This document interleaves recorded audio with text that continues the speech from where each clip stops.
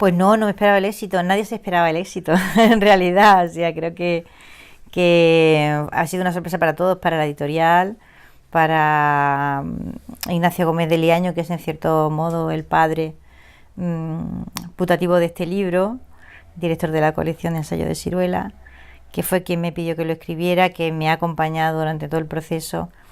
Él tampoco se lo esperaba y desde luego yo tampoco. A ver, a priori, un libro que es un ensayo histórico de casi 500 páginas es muy improbable que se convierta en un éxito, que tenga 8 ediciones en pocos meses. Sí, eso es una característica, digamos, casi de la historia de España desde el siglo XVIII para acá. Es casi una... O sea, de la misma forma que en la época del Imperio nunca se generó un taller de propaganda organizada que sirviese para contrarrestar toda la inmensa propaganda que se hacía en el lado protestante, luterano, en el lado oranjista, en la Inglaterra anglicana, etcétera, y en otra clave, pero también importante, en el lado francés. Nunca existió esa forma organizada de contrarrestar la propaganda. Tampoco después ha existido una forma institucionalmente establecida para contrarrestar esa visión negativa de la historia de España, que quedó como resultado de un trabajo de propaganda que duró siglos, ¿no? O sea, siempre han sido lanzas individuales, y empezando por su propio, el creador, digamos, del término que da nombre a este fenómeno histórico, que es la leyenda negra, empezando por... A ver, Julián Juderías no inventa el concepto leyenda negra, pero es realmente él el que transforma esas dos palabras en un fenómeno histórico reconocible para todos los demás, ¿no? Es decir, el que le da un nombre propio a algo que se sabía que existía desde hacía mucho, y que, sabes que las cosas hasta que no tienen un nombre, prácticamente puede decirse que no han nacido, ¿no? Y Julián Juderías fue el que le puso el nombre, y él también fue un individuo solitario, absolutamente. Y su trabajo, además, con el agravante de que detrás del libro de Juderías no han aparecido legiones. Quiero decir que de vez en cuando aparece un trabajo, puntualmente, Rómulo Carbia en América, los mejores sin duda, los trabajos de los norteamericanos, ¿no? En España de vez en cuando aparece uno, pero nunca hay una continuidad, ni hay digamos, una insistencia lo suficientemente sólida como para que eso se transforme en una corriente histórica que intente poner las cosas en su sitio. Es decir, nosotros estudiamos la historia de Europa, que se escribe en el siglo XIX a la mayor gloria del Reich y a la mayor gloria de la Inglaterra victoriana y a la mayor gloria de los nacionalismos europeos, y esa es la versión de la historia de Europa que se asume en la segunda parte del siglo XIX y que se ha continuado hasta ahora. Es decir, la versión, digamos, de la historia de Europa en clave española está por escribir. Bueno, mi particular trayectoria, o sea, mi familia y las ideas de mi familia o la mía, si quieres luego hablamos, no tiene ningún interés particular. Pero lo que has dicho es muy importante, de la Iglesia Católica. Y me importa muchísimo porque en este año me importa más todavía. Este año se cumplen los 500 años del cisma luterano, del comienzo del cisma luterano. Y la actitud que la Iglesia está teniendo este año es como la que ha ido teniendo a lo largo de los siglos pasados y casi desde el comienzo. Es decir, ¿cuál es la actitud de la Iglesia Católica a la que le cae una parte grande de esa hispanofobia? Porque no resulta fácil distinguir la hispanofobia del anticatolicismo, no resulta fácil distinguirlo, hasta ese punto la historia de España ha estado vinculada y ligada al catolicismo. No podemos separar una cosa de la otra aunque queramos. Entonces sería una amputación muy violenta, no resultaría nada reconocible ni por una parte ni por la otra. Entonces, ¿por qué digo que es muy importante la actitud de la Iglesia Católica? Pues porque en el momento en que la Iglesia Católica asume, digamos, como parte de sí misma esa culpa de que, en el sentido de que el cisma luterano ha estado provocado por sus pecados, ha estado provocado por su incapacidad para gestionar aquella crisis, etcétera, etcétera, etcétera, etcétera. Es decir, en el momento en que la Iglesia Católica asume la actitud del perdedor, hasta qué punto eso ha influido en todos los pueblos de cultura católica es algo terrible. y la Iglesia de Roma ha tenido una actitud, no voy a decirlo con otra palabra más suave, absolutamente irresponsable, porque tenía que haber tenido en cuenta que la actitud que asumiese con respecto a sí misma era también la que afectaba a todos los pueblos de cultura católica, y que implicados en eso estamos los demás también. Y el hecho, por ejemplo, de que el Papa de Roma hoy, en este año, haya colocado un retrato de Martín Lutero en el Vaticano, un señor que hizo los panfletos más groseros, más soeces. Hubiera estado bien que donde puso la foto o el retrato de Martín Lutero hubiera puesto también uno de esos panfletos luteranos en los que se ve a los protestantes defecando sobre el Papa. Y hubiera estado bien que colocase una cosa al lado de la otra. Quiero decir que es más que cobarde, es irresponsable absolutamente esa forma de reaccionar frente a un ataque que de ninguna manera te has merecido. Y eso a todos los pueblos católicos les ha afectado, porque les ha hundido la línea de flotación, les ha hundido la moral. Van por la vida con la moral baja sistemáticamente. Y si a todos los pueblos católicos les ha afectado, al nuestro más que nadie, porque el nuestro ha sido más católico que ningún otro. Tiene una ventaja mi familia, y es yo he visto siempre la Iglesia católica desde fuera, absolutamente como hubiera podido ver otra. Si me he acercado a ella ha sido en edad adulta, muy muy adulta, y con un afán de mero conocimiento. Es decir, mi desconocimiento de todo lo relacionado era tan abisal que cuando hice la tesis doctoral sobre una serie de textos retóricos, artes predicatorias del siglo XII, pues no entendía nada de lo que leía. O sea, aparecía de pronto y dice Daniel, y yo, ¿quién será Daniel? Y me tenía que ir a buscar a ver quién era Daniel, ¿no? Y así todo. Entonces la he visto siempre desde fuera, y la he visto tan de fuera como he visto otras iglesias que he frecuentado, protestantes, a donde he ido y me he sentado, simplemente, a observar. Y por eso no tenía prejuicios con respecto a la Iglesia, y por eso me chocaba tantísimo, como me sigue chocando, el hecho de que cualquiera, aquí y en cualquier sitio, es bueno para difamar, insultar, hacer chistes soeces con respecto a la Iglesia católica, algo que no haría con respecto a algo que no haría con respecto, por ejemplo, a un monje sintoísta, pues lo hace con respecto a un cura católico, o lo dice sin sentir la necesidad de pedir perdón por ello. Es decir, esa doble moral me resultaba muy interesante, me sigue resultando muy interesante intentar comprender qué es lo que ha producido que sea hasta de buen tono, elegante y moderno cualquier tipo de comentario difamatorio, insultante, soez, ordinario, etcétera, etcétera, con respecto a la Iglesia católica, pero solo con respecto a la Iglesia católica, ¿no? No las demás, no. Es así. No. Eso es algo que afecta al día a día, que afectó en el día a día del siglo XVII y que ha ido afectando en el día a día con versiones distintas, ¿vale?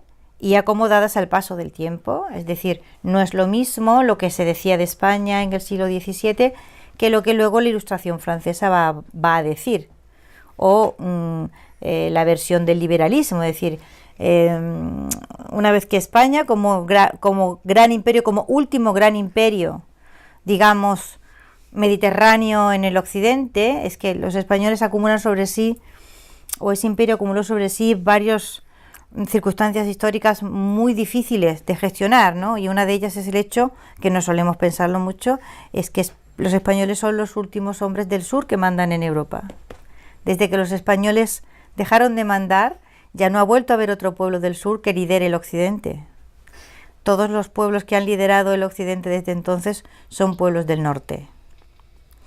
Entonces, en cada tiempo, y según esas mudanzas históricas se producían, se han escrito mitos distintos para explicar por qué ese pueblo del sur, que es el último que manda, no merecía tal mando, sino que además merecía todo lo contrario, y que además era un pueblo bárbaro, impío, etcétera, etcétera, etcétera. Es decir, donde el humanismo del siglo XV o XVI en Italia acusaba a los españoles de ser malos cristianos por estar contaminados de judaísmo y por su sangre marrana y medio judía, ese argumento con el tiempo va cambiando.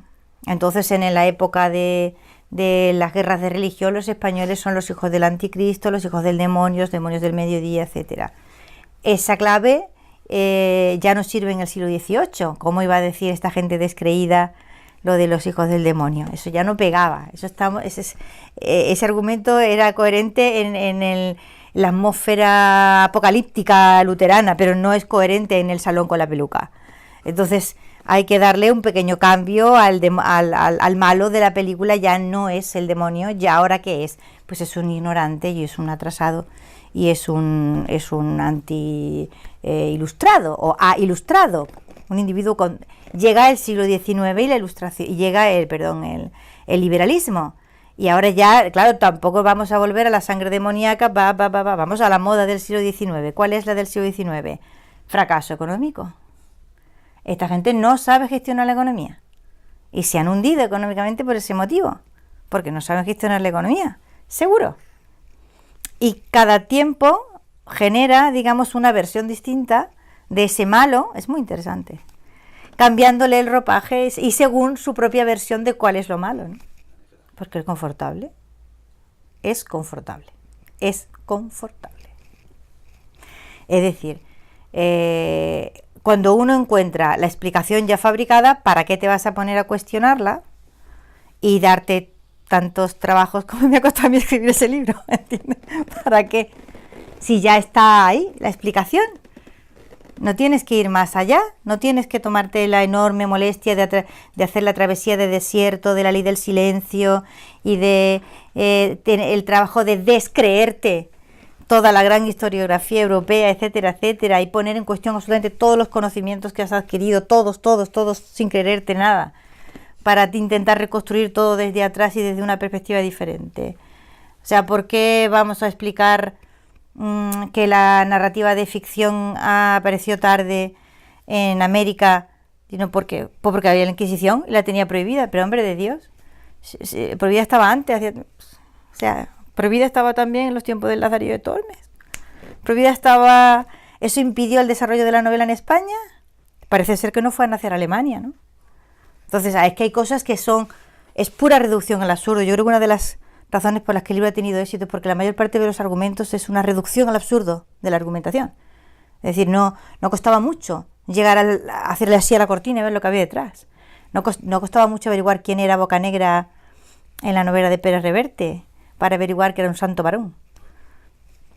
Y entonces uno se plantea y dice, bueno, ¿y entonces por qué aparece este Bocanegra aquí? Y dice, bueno, es que si Bocanegra no está, si no está el malo, hay que inventarlo.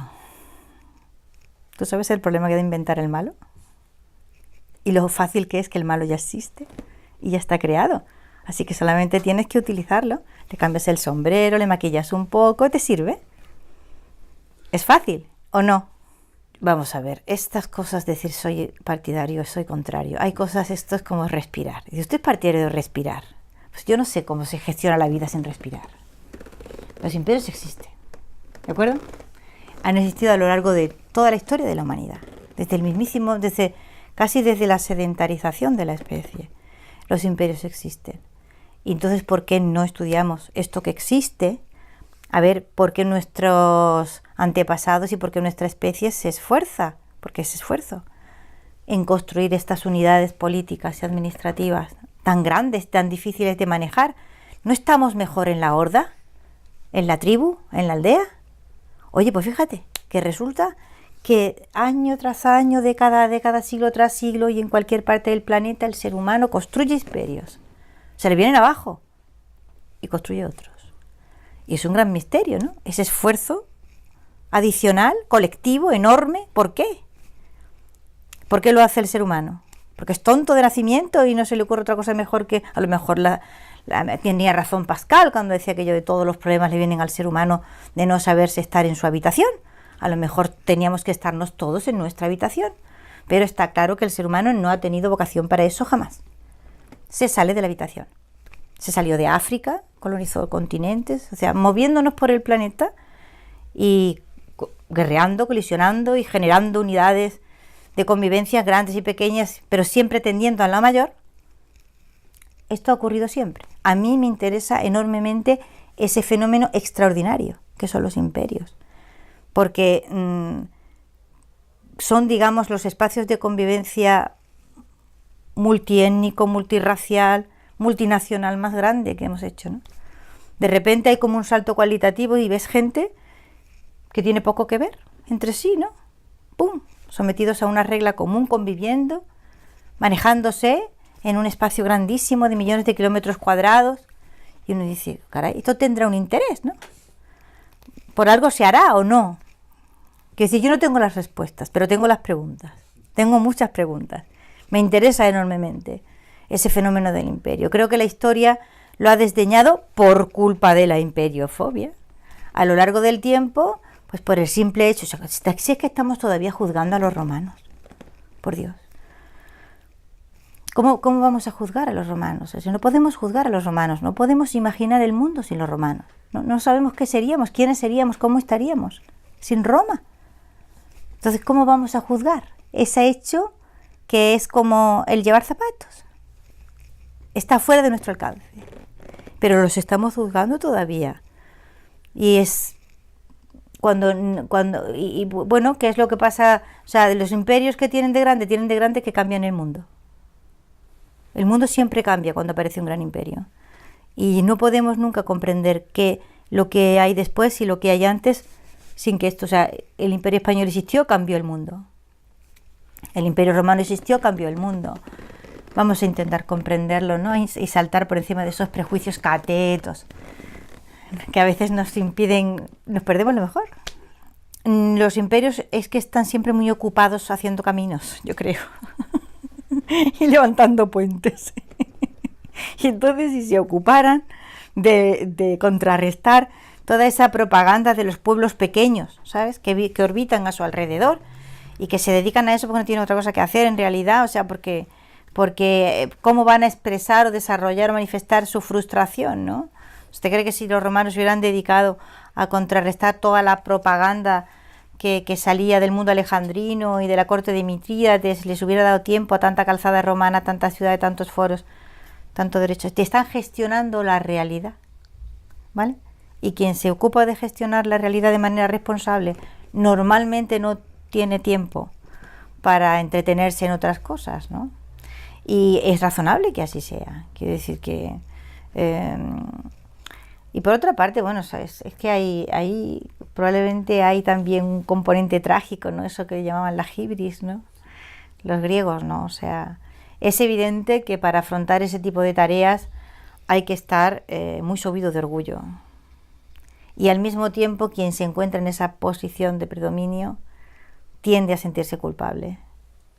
Y es un fenómeno muy complejo, realmente muy complejo. Pues, fíjate, por ejemplo, este hecho curiosísimo de lo extraordinariamente autocríticos que son todos los pueblos que desarrollan un imperio o que sirven, digamos, de motor a un imperio. Esos pueblos nunca trabajan solos. O sea, eso me importa mucho dejarlo claro. Es decir, los pueblos que desarrollan un imperio es porque saben integrar e incorporar en ese mecanismo de expansión a otros pueblos, si no, no van a ningún sitio.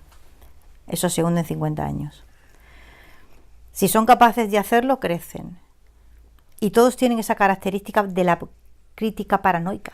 O sea, ¿sabes? El estar flagelándose constantemente a sí mismos y poniéndose como un guiñapo unos a otros y esto lo estamos haciendo mal y tal. Eso probablemente es funcional. O sea, pero probablemente les hace estar continuamente insatisfechos de su propia labor y mejorando, ¿no? No lo sé, lleva 6 meses en el mundo la criatura. Por de pronto ya ha servido para sorprendernos a muchos. Primero que se lea, después que no despierte críticas feroces, luego o sea, el esfuerzo que me costó escribirlo ha sido 1000 veces recompensado por la enorme gratitud. Las cartas que la gente me escribe, hasta poemas, eso no lo esperaba, ¿no? Y no sé si servirá para algo a medio plazo. Quiero decir que cuando una versión de la historia ha sido asumida y sigue estando asumida por 3 siglos prácticamente, modificar, o sea, la leyenda negra no es solo lo que cuenta, es lo que oculta. Lo más interesante de la leyenda negra es todo lo que sirve para ocultar. Ha escrito una versión de la historia de Europa que oculta la mayor parte de los horrores que en Europa han sucedido, para poner encima de la mesa solo aquellos que tuvieron relación con los españoles, ¿vale? Es decir, no es que el Imperio español fuese perfecto y maravilloso, cometió muchos errores, pero poniéndolos a ellos delante en el escenario se ocultan todos los demás, que es fundamentalmente la labor que la leyenda negra ha hecho por Europa. La gran aportación de la leyenda negra a la historia de Europa ha sido la construcción de una versión según la cual los países anglo-protestantes han sido pueblos civilizados, han defendido la libertad religiosa, han sido pueblos económicamente más prósperos, etcétera, etcétera, etcétera. Todo eso ha construido una versión de la historia de Europa que necesitaba de los errores de aquel imperio viejo en primer plano. Tú pones algo al delante y tapas detrás todo lo demás, ¿no? Las consecuencias, por ejemplo, de la aparición del luteranismo, del gran cisma religioso, es una historia que la mayor parte de los europeos desconoce. Es decir, las guerras atroces que a eso se siguió, las persecuciones de brujas produciendo muertos por miles, las atroces leyes también de discriminación religiosa, etcétera, etcétera. Es decir, que lo que trajo el triunfo del protestantismo en Europa fue un fenómeno de regresión y de empobrecimiento gravísimo, y de intolerancia más gravísimo aún. Si tú quitas la leyenda negra, tendrás que escribir otra historia de Europa diferente, ¿no? Porque la que hay no se sostiene si no tienes un buen demonio al que echarle la culpa de todo lo malo que ha sucedido en Europa. Y claro, ¿cómo vamos a prescindir de ese demonio?